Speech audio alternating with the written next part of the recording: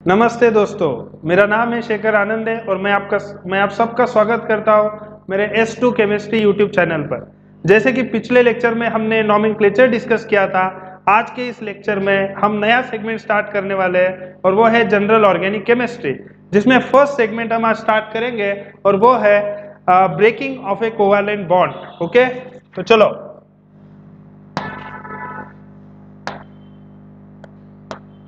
Okay, तो point है breaking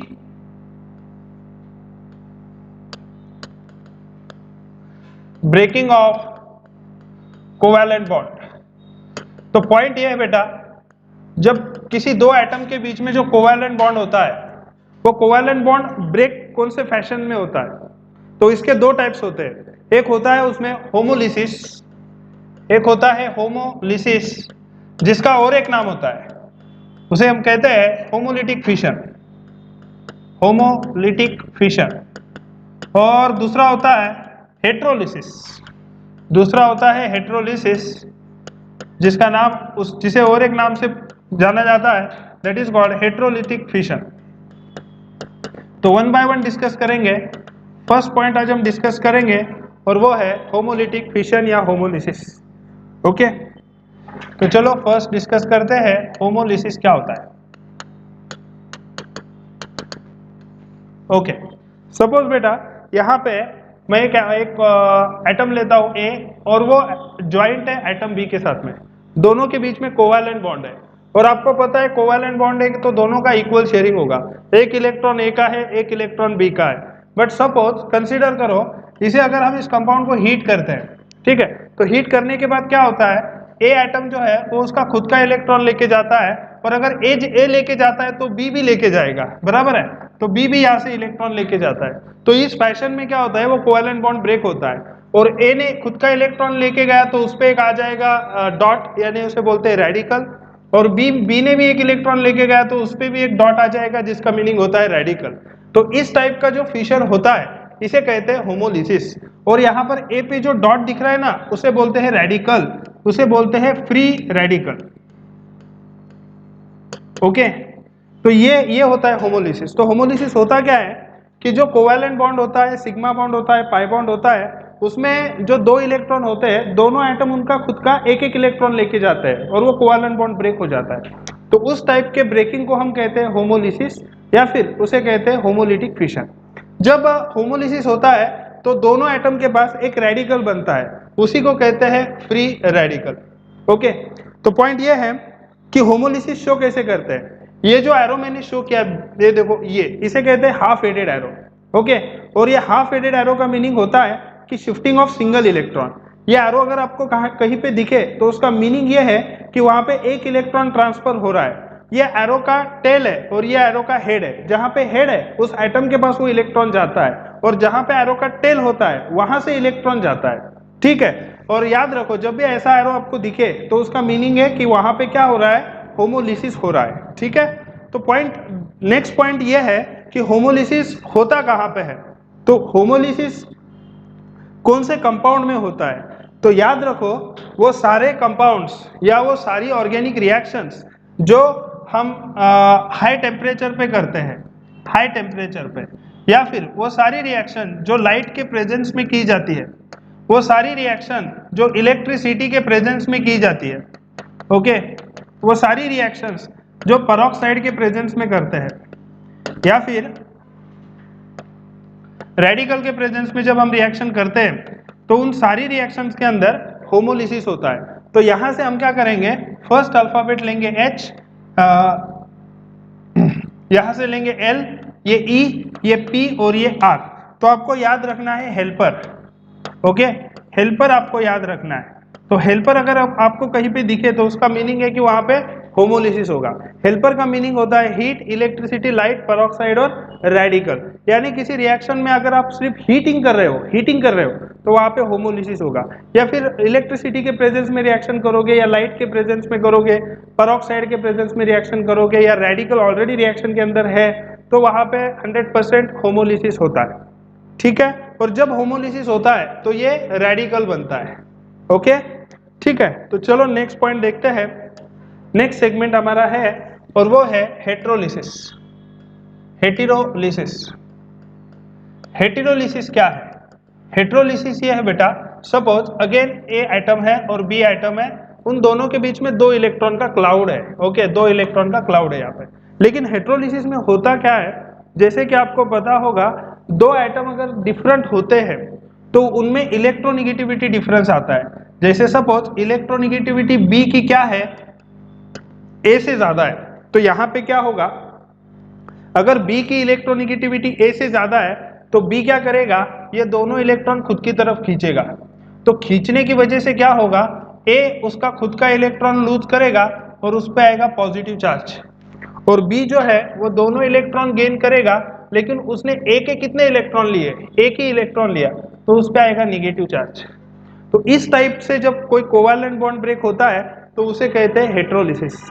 यानी हेटेरोलिसिस में क्या होता है कि जो कोवैलेंट बॉन्ड है उसमें जो 2 इलेक्ट्रॉन होते हैं वो दोनों इलेक्ट्रॉन किसी एक एटम की तरफ शिफ्ट होते हैं, और उसके कारण जो ब्रेकिंग होता है उसे कोवैलेंट, उसे हेटेरोलिसिस कहते हैं। लेकिन जब हेटेरोलिसिस होता है तो वहां पे बनता है केटायन और एनायन। आपको पता है अगर किसी एटम पर पॉजिटिव चार्ज होगा तो उसे क्या बोलते हैं, केटायन बोलते हैं, और किसी एटम पर अगर निगेटिव चार्ज होगा तो उसे क्या बोलते हैं, एनायन बोलते हैं।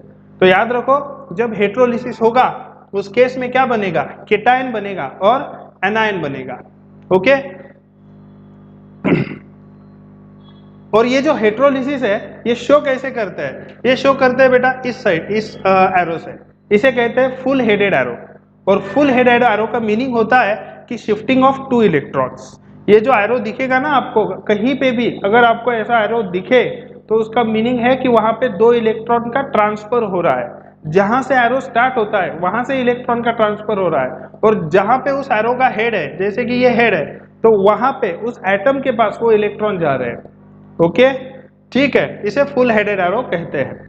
ठीक है, और पॉइंट ये है कि हेटेरोलिसिस कहां पे होता है, यानी कौन कौन से रिएक्शन के अंदर, कौन कौन से कंपाउंड के अंदर ये हेटेरोलिसिस होता है।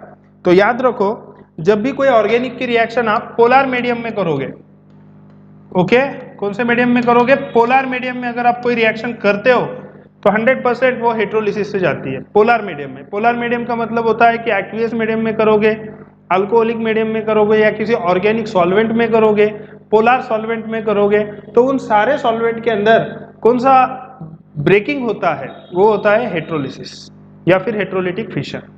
ठीक है, जैसे कि सपोज मैं कुछ एग्जांपल लेता हूं, मेरे पास सपोज ये कंपाउंड है, ये कंपाउंड मेरे पास है, ठीक है, ये है टर्शरी ब्यूटिल क्लोराइड। और यहाँ पर अगर आप देखोगे तो ये जो बीच वाला कार्बन आपको दिख रहा है वो कार्बन कितने CH3 के साथ है, वो कार्बन 3 CH3 के साथ है, और क्लोरीन के साथ में उसने एक टकाटक सिग्मा बॉन्ड बनाया है। तो यहाँ पे क्या होता है, जब आप ये रिएक्शन पोलर मीडियम में करते हो, जैसे कि मैंने एक्वियस मीडियम में की है रिएक्शन, तो यहाँ पे कार्बन और क्लोरीन के बीच में एक सिग्मा बॉन्ड है और दोनों में इलेक्ट्रोनिगेटिविटी डिफरेंस है। क्लोरीन की इलेक्ट्रोनिगेटिविटी कार्बन से ज्यादा है, तो क्या होता है, ये दोनों इलेक्ट्रॉन क्लोरीन खींच लेता है। खींचने की वजह से यहाँ पे आपको एक नया केटायन मिलता है। यहाँ पे क्या मिलेगा बेटा, आपको केटायन मिलेगा, और बाजू में कौन होगा, वहां पे Cl- होगा। तो देखो अगेन यहाँ पे जो फिशन हुआ उसे बोलेंगे हेटेरोलिटिक फिशन, या फिर उसे बोलेंगे हेटेरोलिसिस। क्यों बोलेंगे हेटेरोलिसिस, क्योंकि ये दोनों इलेक्ट्रॉन किसकी तरफ शिफ्ट हुए, क्लोरीन की तरफ शिफ्ट हुए, इसके कारण क्लोरीन पे निगेटिव चार्ज आया और कार्बन पे पॉजिटिव चार्ज आया। जब दोनों एटम, दोनों इलेक्ट्रॉन एक बॉन्ड में के दोनों इलेक्ट्रॉन एक ही एटम की तरफ शिफ्ट होते हैं तो उसे कहते हैं हेटेरोलिसिस, और दोनों इलेक्ट्रॉन दोनों एटम की तरफ एक एक इलेक्ट्रॉन जाता है तो उसे कहते हैं होमोलिसिस। तो यहाँ पे एक ऑर्गेनिक कंपाउंड है और वो रिएक्शन हम पोलर मीडियम में कर रहे हैं, तो यहाँ पे कौन सा ब्रेकिंग होगा, वो होगा हेटेरोलिसिस। तो यहाँ पे लिखता हूं मैं, ये कौन सा लिसिस है, ये है बेटा हेटेरोलिसिस। और जब हेटेरोलिसिस होता है तो क्या बनता है, केटायन और एनायन।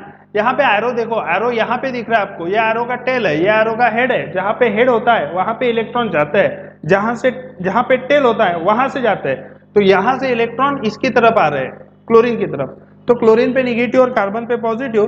तो यहाँ पे देखो बेटा, कार्बन पर पॉजिटिव है, यानी वो केटायन है, लेकिन वो केटायन है किस पे, वो पॉजिटिव चार्ज है किस पे, कार्बन पे, तो क्या बोलेंगे उसे बोलेंगे कार्बोकेटायन। क्या बोलेंगे उसे? कार्बोकेटायन। तो ये हो जाएगा बेटा carbocation. What is the meaning of carbo? Carbo का मीनिंग होता है carbon. And what is the meaning of cation? Cation का मीनिंग होता है पॉजिटिव चार्ज। तो जब कोई कार्बन पॉजिटिवली चार्ज होगा उसे बोलते हैं कार्बोकेटायन। यहाँ पे बनाया हमने कार्बोकेटायन। ठीक है, तो ये एक हेट्रोलिसिस है। और एक हेट्रोलिसिस का एग्जांपल मैं आपको देता हूँ। फॉर एग्जांपल मेरे पास सपोज मेरे पास ये कंपाउंड है,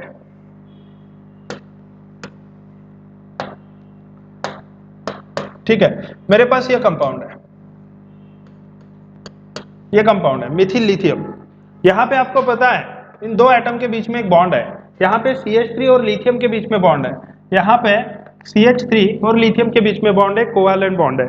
और वहां पर दो एटम की इलेक्ट्रॉन डेंसिटी सॉरी दो इलेक्ट्रॉन की डेंसिटी है। ठीक है, लेकिन आपको पता है कि लिथियम कौन है? मेटल। और मेटल कैसे होते हैं? इलेक्ट्रोपॉजिटिव होते हैं। लिथियम कौन है बेटा? मेटल। और मेटल कैसे होते हैं? मेटल होते कैसे हैं? इलेक्ट्रो पॉजिटिव होते हैं। इलेक्ट्रो पॉजिटिव का मीनिंग क्या होता है? इलेक्ट्रो पॉजिटिव का मीनिंग होता है इलेक्ट्रॉन देने वाला।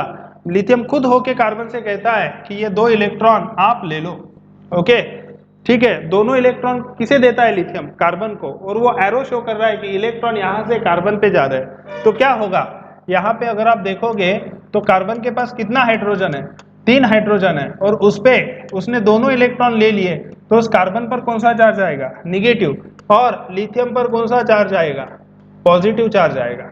ओके, दिख रहा है आपको?